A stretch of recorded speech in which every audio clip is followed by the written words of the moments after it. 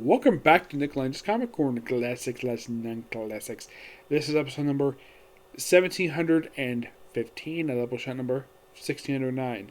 I have two DC trades. The first one is the finale for Messner-Loebs issues that I have to talk about because I have talked about the issues that came after this one, which is basically the whole thing with the Artemis storyline.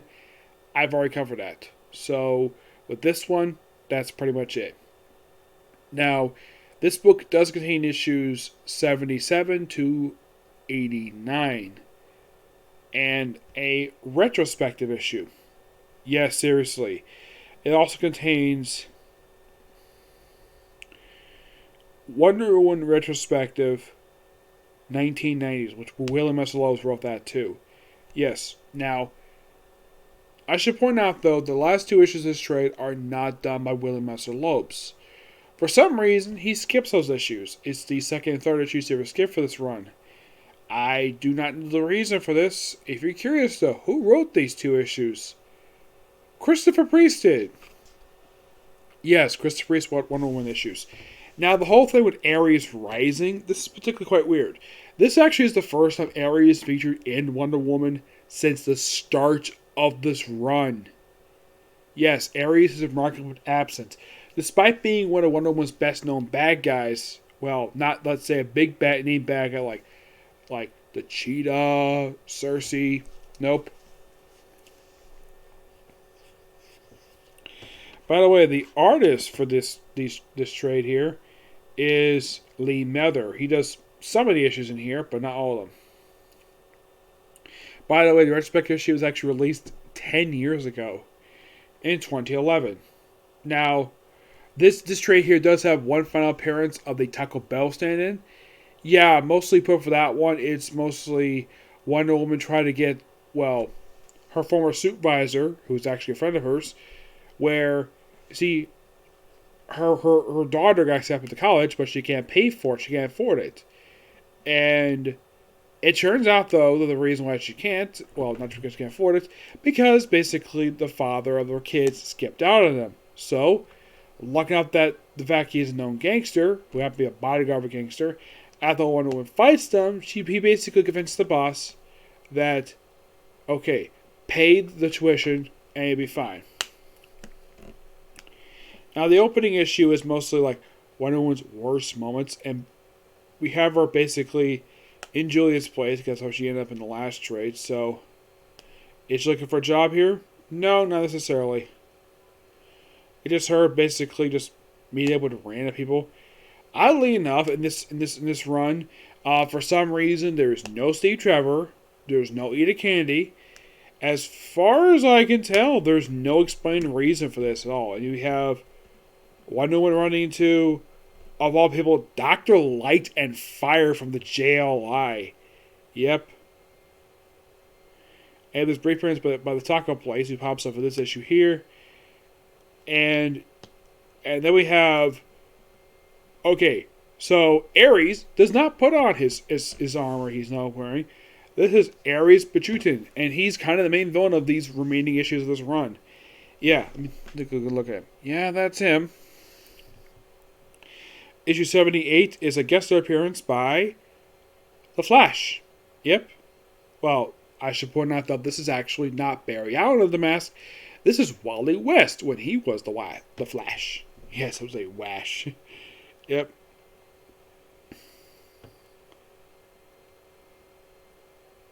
And just good character stuff here, though.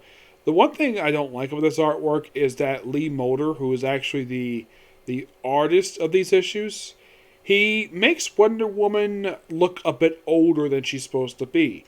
I mean, yeah, she's older than, let's say, Julia here. For some reason, he gave her wrinkles on her neck. I'm like, that's not necessary. You don't need to give Wonder Woman wrinkles on her neck. And look at her face here.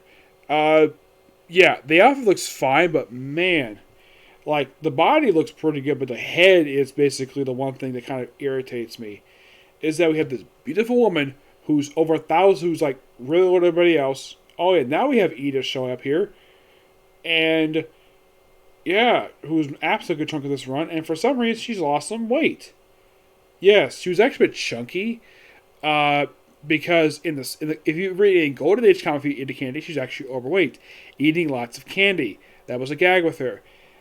Post Crisis, they kept her basically they kind of a little bit chunky, but not really. And then we have the Flash show up here. Yes, and the Flash looks fine in this artwork. Yeah, he looks perfectly fine. Just basically how the art draws Wonder Woman is complete, something else altogether. And you have a shootout here. Because it deals with this woman who's trying to go after Wonder Woman, and it's only here just as one issue. I just want to tell this issue came out in October 1993. Yes. Right now, yeah, we're pretty much already into the 1980s already. I'm dispatching that, and they deal with this particular villain just for this one issue, and then we have Wonder Woman taking on T-Rex next issue. Yep, and we have a standalone. We have basically a fill-in artist, Steve Carr and Daryl Sinkin. Yeah, Wonder Woman got shot in the last issue, issue 879, and here she's just trying to find a way back. It's good stuff here. We have Ares, where apparently he's got this woman who basically is with him, who's trying to do his own thing. Yeah, I'm not really a big fan of this version of Ares, where like, oh, let's give him a medallion, you have a beard. I'm like, yeah, not really a big fan of this one. Look how he's not around very long. Here's 81, where it's basically Wonder Woman's version of the Godfather. Yep, and it's only just this one issue. And this also was the last appearance of a friend. What was her name here? Hoppy. Yeah, this is her last appearance to date, because she's not featured after this. Do not know why, but it's a really good standalone issue. And then finally, she takes on Ares, issue 82. And he's pretty much we have where it's like, hey, look, this is the actual Ares, the one George Perez basically designed. That's a better thing than what this is. This is so dumb. And then he's like taking a shower, then he's pulled out. And he's butt naked while battling a bunch of people. And of course he gets top of a woman he basically just got top of a woman. He basically does cover up. After beats him up. I'm surprised he didn't take the woman basically after hitting her. Oh, they tried to kill him. I'm surprised he didn't try to sleep with her, too. Yep. Yeah, more Wonder Woman stuff fighting, a business-like Ares. Yeah, then, of course, you have Wonder held captive, Wonder to the assassin again. Okay stuff here. It's almost like Lowe's basically didn't know what to do with Ares. It's like, oh, this or probably was his idea. I have no idea. Because... yeah, after these issues wrap up, this version of Ares is never seen again. Yep. And you have 84, which kind of is kind of conclusion to this thing. But Loeb's there for a couple more issues. And then we have this gangster who's visited on his honeymoon. Yes, his honeymoon. By another person who actually ends up killing him. Yep. And survives. And now we have Mike Diodato come on the artwork with issue 85. Yep. Love this guy's artwork. It's like, wow, such a breath of fresh air. Like, let's get a close-up of Deanna's face.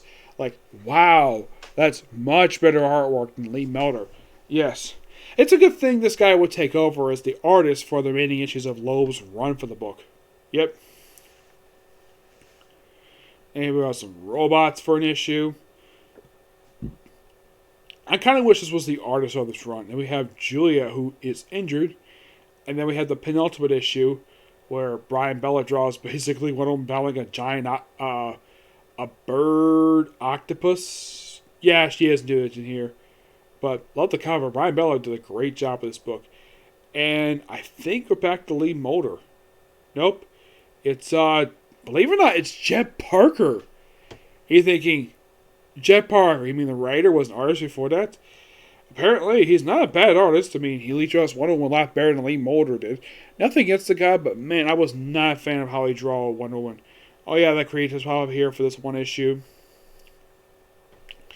It's an okay issue, and then we finally get to the finale issue here. 87, though he skips the next couple issues, comes back to issue 90 because the whole thing with Artemis. And this one is also by Jeff Parker. Yep, it's mostly her taking on a bunch of monsters too, no more Wonder Woman stuff. Pretty good issue, and then we have an issue where we have guest appearance by Superman. And you might be thinking, okay, has Christopher Reeves prior to this Wonder Woman issue ever wrote Superman? Not that I can think of, no. I'm not really sure why Christopher Reeves. This basically was a 2-part fill-in issue. Yeah, maybe Loebs was not ready for the next one, so they basically had this to fill in time for Loebs to do the contest storyline. And then we once again have her team up with not only Superman, but also the female Dr. Fate, Isa. Yep, she pops up here. And then we deal with frickin' Cersei, who's got a redesign. Yes, seriously, they gave Cersei, who had great design during George Perez run. Yeah, apparently the artist gave her a redesign. Yeah, make her hip like the 90s. Yep. And, yeah, after dispatching her in this issue, then she gets a call. Gotta go back to the mascara because, well, the whole thing with the contest storyline. Then we have a retroactive, also done by Messner-Loebs. And, wow, I wasn't really a fan of basically the artist, Lee Moulder, who, wow, it's like basically like from the 90s up until present day. It's almost like, wow, he had gotten so much better with his artwork. Wonder Woman looks a lot better on this style of artwork. Yeah, it's like the 90s one basically didn't work for him, and now, well, it's a good standalone issue just to represent the 90s. Not a bad idea to have basically this issue done by Messner-Loebs. After all, he did the first half of the 90s, so why the heck not? Yep. And that's, well, that trade there. Final thoughts on Messner-Loebs' run for the book. Because with that issue, that is pretty much the end of the Messner-Loebs book. Because I've already discussed the contest already. This was a pretty good run. So, there's some hiccups there. Interesting, though, the fact he had the same cover artist the whole run, Brian Ballard, who did excellent covers. And it's weird, though. You have Loebs' run started with a special, and you end with issue 100. And you threw in only one annual this whole run. Yes. Only one annual and, like, an issue 0. And you're thinking, wait, that's it? That's all he did for the run? Yeah. You're probably thinking, okay, did he create new villains? No. Did he, like, use any classic Wonder Woman villains? Well, with the Captain Cheetah, after the Cheetah was shown, and, well, in his issues, no. It's basically a lot of one-shot villains. I mean, the only kind of villain he brought back was Ares, and I was not a fan of that version. But the Artemis thing was interesting at best, and then he just ends at issue 100. I have heard the reason why he left some of his books was because the editors he was working for stopped being editors. So, that's why he left. After only being on the book for about 26... He was on this book for a little over 3 years. I would say about 3 years in this book. Yep. But it was a pretty interesting run. I would say probably the biggest character introduced in the run was Artemis, who is still around this very day, though she does look drastically different. Well, different attire anyways, but still has long red hair. Though you could say she's a ripoff of Angela from Image at the time. Possibly. Very similar character design. Character looks. Alright. Moving on to Batwing, Volume 2, In the Shadow of the Ancients. Written by Judd Winick. Yeah, issue 7 and 8 wraps up the Massacre storyline. Well, the Batwing version anyways. Where it's revealed in this final 2 issues that Massacre is actually his long-lost brother. And it turns out that the reason why the kingdom basically had to disband was because of their founder, who turned evil. And of course, Batwing had the help of the Batman family, basically having Batman, Nightwing, the Wayne Robin, and Batgirl help out for these issues. Yep. Yeah, those two issues actually were pretty good. I think, yeah, this one also contains issue 0. Yes. Of course it had issue 0. Yeah, that's pretty much just wrapped up by issue 8. It's almost like, though, maybe Winick basically planned it a little bit more, but no, he didn't. And here's like I said, the weird thing about this book. He stayed in the book even after issue 12. Like, he's in the book very briefly, and then he left. 9 is a Night of Owls tie-in, which involves the Talons basically attacking him when we have David Bowie just visiting Gotham City for an issue. Yep. Really good. I love Night of Owls. It's an excellent crossover. He's calling action, deals with, well, the Talons, and then he goes back home for issue number 10 through 12, where he invites his co-worker out on a date. Here's a little fun fact for you. Like, once his run wraps up, all these characters Winick introduced as his run, they all are dropped with issue 19 because David Bowie, well, I'll talk about that when I talk about the Luke Fox stuff. Yep. So, we have where Batman makes a guest appearance, because of course he does. He asks if Batman can handle it, no problem. But he does consist from Nightwing, of course Nightwing. Nightwing, I believe this one, well, I think was at the time this came out.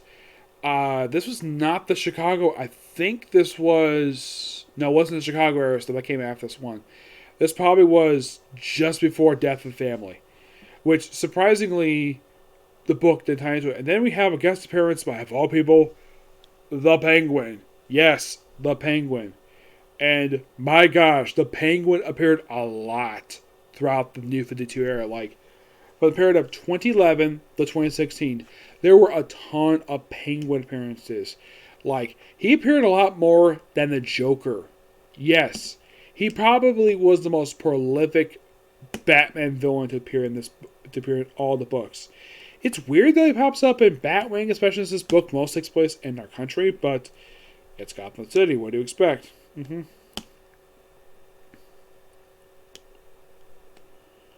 Yep.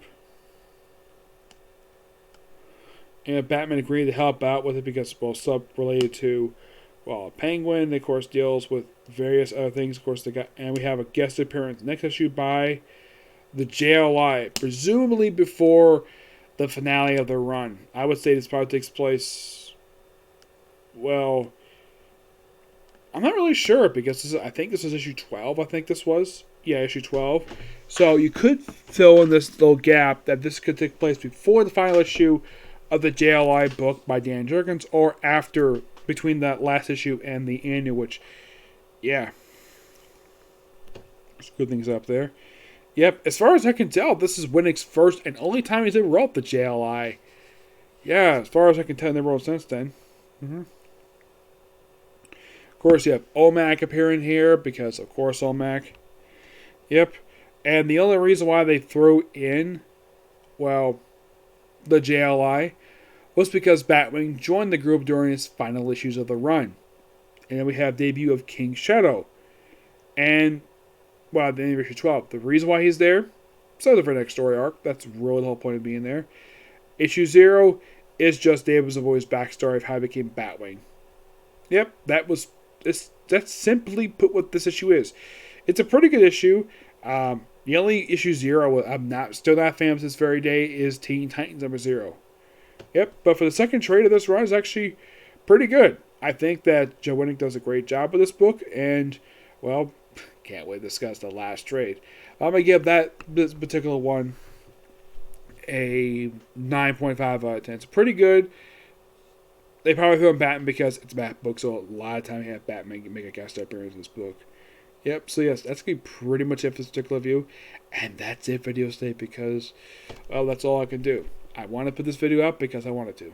So tomorrow, expect to see at least, presumably, like 2 or 3 more comic corners, and also the return of some Spider. So what? Okay, next video. Bye.